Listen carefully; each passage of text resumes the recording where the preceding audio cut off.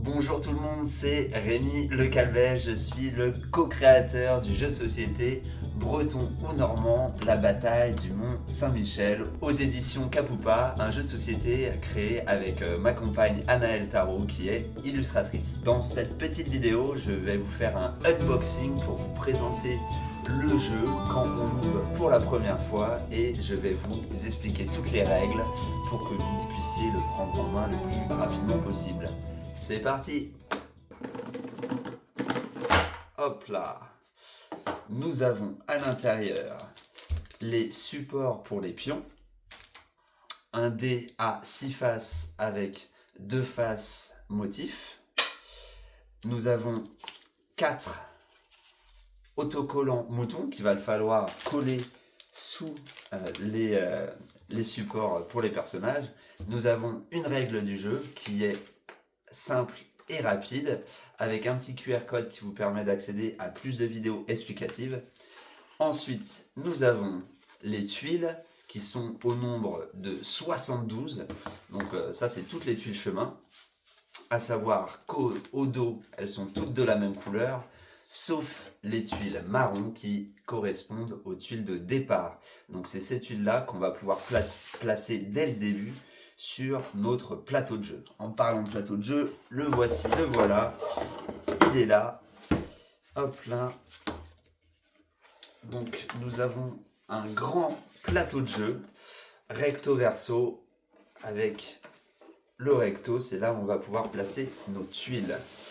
Et ensuite nous avons les personnages, avec la normande, le normand, le breton, la bretonne, nos 4 moutons et évidemment le Mont Saint-Michel qu'il va falloir conquérir. Et donc pour votre première partie, votre première utilisation, il va falloir installer le jeu et pour ça on va dépiner. On va pouvoir enlever tous les différents personnages de son petit support en carton. Voilà, ça, les bouts de carton, on n'en a plus besoin, on les met de côté, ça peut aller dans la poubelle du tri. Et on fait pareil avec les tuiles. Ok, maintenant, on va pouvoir prendre les supports. Et les supports, c'est tout simple. On prend un support et on met nos personnages, à savoir le breton et la bretonne. Voilà, comme ça. On prend notre petit normand où on fait la même chose. Et la normande. Voilà. On fait pareil avec les 4 moutons. À savoir que cette manipulation, vous n'aurez à la faire qu'une seule fois, puisqu'après, tous les pions seront prêts pour les prochaines parties. Pour les moutons, donc nous avons 4 autocollants. Ils sont hyper importants, il faut les mettre tout de suite sous les moutons. Donc 3 autocollants rouges pour les mauvais moutons. On le centre bien. Et voilà. Et pour le Mont Saint-Michel, on a juste à l'emboîter comme cela. Il y a un petit support qui le bloque. Et voilà, nous avons notre beau Mont Saint-Michel. L'objectif est simple. On choisit d'abord son camp. Soit on est breton, soit on est normand. Donc chacun commence dans un coin du plateau. Et l'objectif va être d'atteindre en premier le Mont Saint-Michel pour dire « ça y est, le Mont Saint-Michel est breton ou normand ». On ne sait pas, on ne sait toujours pas. Au tout début, placement du jeu, on met tous les éléments. Donc on trouve les 9 tuiles de départ qui sont les tuiles marron et donc on va les placer tout simplement sur les cases. Donc le Mont Saint-Michel au milieu, les 4 moutons sur les côtés. Peu importe où qu'ils soient, hop, voilà, les 4 moutons sur le côté, on place les moutons dessus, et ensuite les 2 bretons et les 2 normands dans les coins, donc... et on est bon. Et voilà, on est déjà prêt à lancer une partie. Et ensuite, chaque joueur va tirer 5 tuiles au hasard. Donc on prend 5 tuiles chacun, on les monte pas à son adversaire, 1, 2, 3, 4, 5. Hop, et mon adversaire va également avoir 5 tuiles. Hop, je les place visibles pour vous, mais elles ne sont évidemment pas visibles. On doit les laisser cachées.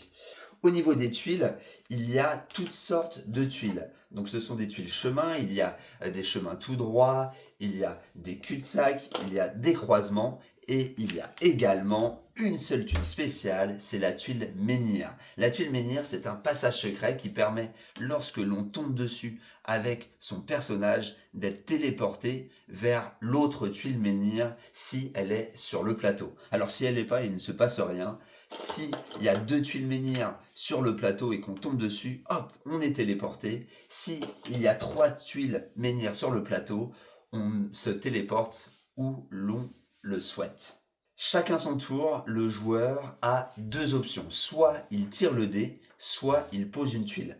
Là, on est au début du jeu, donc il faut obligatoirement poser une tuile parce que tirer le dé ne servira à rien puisqu'on ne peut pas avancer. Et je vais poser ma première tuile. À savoir comment est-ce qu'on place une tuile.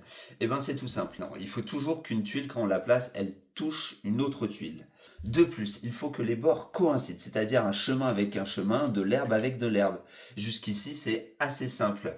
À savoir que les bords, ça représente de l'herbe et donc un chemin ne peut pas aller vers les bords. Ça, c'est pas possible. Et une autre règle pour le placement des tuiles, on n'a pas le droit de bloquer complètement son adversaire.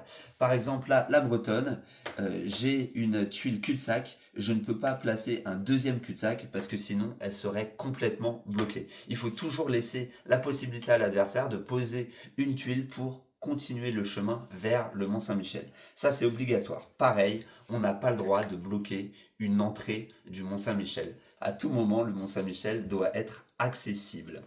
Quand on pose une tuile, une fois qu'on l'a posée, hop, on tire une autre tuile. Il faut toujours qu'on en ait 5 dans son jeu. Hop, là j'en ai que 4, donc j'en reprends une. Et notre but, ça va être de créer notre chemin vers le Mont Saint-Michel. Pour gagner, il faut atteindre en premier le Mont Saint-Michel. Mais le Mont Saint-Michel, il n'a que une seule entrée qui est bonne. On peut arriver par le nord, le sud, l'est ou l'ouest, mais une seule entrée est la bonne. Et pour savoir laquelle est la bonne, il faut aller voir les moutons. Et donc quand on tombe sur une case mouton, on a le droit de retourner le mouton secrètement et de voir si c'est la bonne entrée. Là par exemple, c'est un mouton rouge, ça veut dire que l'entrée face à moi n'est pas la bonne. Et donc, une fois qu'on sait où est l'entrée, on peut aller vers le Mont Saint-Michel et gagner. Et donc, il y a tout un jeu de malice et de bluff parce qu'il ne faut pas montrer à l'adversaire qu'on sait ou qu'on ne sait pas où se trouve l'entrée du Mont Saint-Michel. À savoir, il est possible d'aller directement au Mont Saint-Michel sans savoir où est l'entrée. On a le droit de tenter. Et donc, quand on arrive sur le Mont Saint-Michel, hop, on peut vérifier si c'est le bon mouton. Et là, c'est un mouton vert, la personne a gagné sans être allé voir le mouton. Par contre, si ça avait été un mouton rouge, la personne retourne à la case départ et en plus de ça, elle perd un tour. Du coup, chaque joueur joue chacun son tour, on pose des tuiles, on construit son chemin, ou on essaye de ralentir celui de son adversaire. Et lorsqu'on a envie, au lieu de poser une tuile, on a le droit de tirer le dé. Alors pour tirer le dé, c'est très simple, hein. Regardez, hop là, on fait comme ça. Et là, je suis tombé sur le motif vague. C'est la marée, comme au Mont-Saint-Michel. Et quand il y a la marée, c'est tout simple. On a l'opportunité de changer une tuile de place. Et donc, je peux prendre cette tuile par exemple, je peux la tourner dans le sens que je veux et la mettre à un autre endroit. Par exemple, ici. Et voilà, c'est fini. C'est au tour de l'autre joueur de jouer. Donc, l'autre joueur qui a toujours ses 5 tuiles en main va pouvoir poser une tuile, par exemple ici. Ensuite, c'est à moi, je vais poser une tuile là, etc., etc.